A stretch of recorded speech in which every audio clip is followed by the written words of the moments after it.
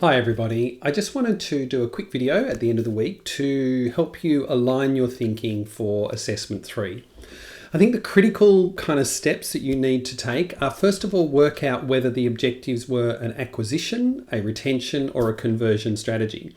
And the way to think about that is, and we've talked about this before, is this idea that if your customers have, or people, or whatever you're trying to do with that particular target market and that segment, if they've never practiced that behavior before, so if they've never bought anything from you, or if they've never changed their behavior, so if we're talking about a safety campaign or a vaccination campaign, if they've never had that before, it's considered an acquisition campaign.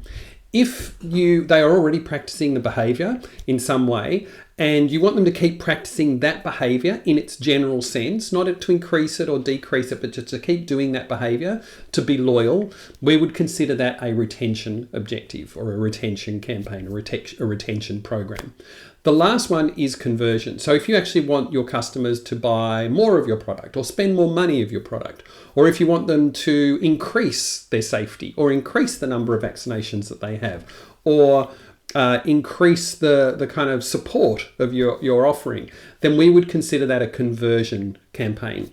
And the reason we kind of need to clarify these things a little bit, at least to the degree that it's mostly conversion or it's mostly acquisition or it's mostly retention, is we would have to develop different programs for these different objectives, and there would be different segments for those different objectives. So for example, even within one group of people, so say if you work within a hospital or something like that and you want people to maintain a particular safe behavior, but even on a particular ward, all of the people within that ward might have different attitudes, motivations, reasons for practicing those kinds of safe behaviors. So suddenly you have different segments.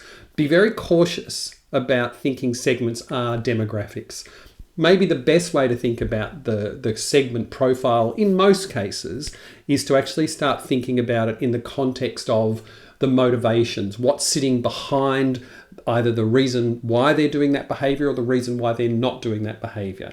And regardless of where they are in the marketplace, you will have people who have different reasons or motivations for doing things. So I'm always very cautious when people talk about a suburban area or an age group or a gender or anything like that, because it doesn't really tell us a lot about why the people are or are not doing the behavior. And the behavior, when I talk about that, is buying your product.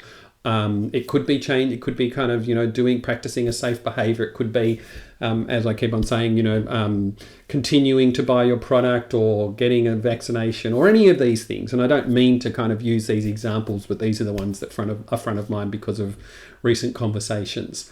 So just kind of think very deeply about those particular aspects, whether it's an acquisition, retention, or conversion campaign or program, but also then make sure that if you then say this was an acquisition program or an acquisition objective, to what degree did the organization or the organization that you're looking at, to what degree did it utilize all elements of the marketing mix, not just the promotion? The promotion might be some of the artifacts that you use, but what about all of the other things? So we'll come back to the safety example because it's front of mind for me.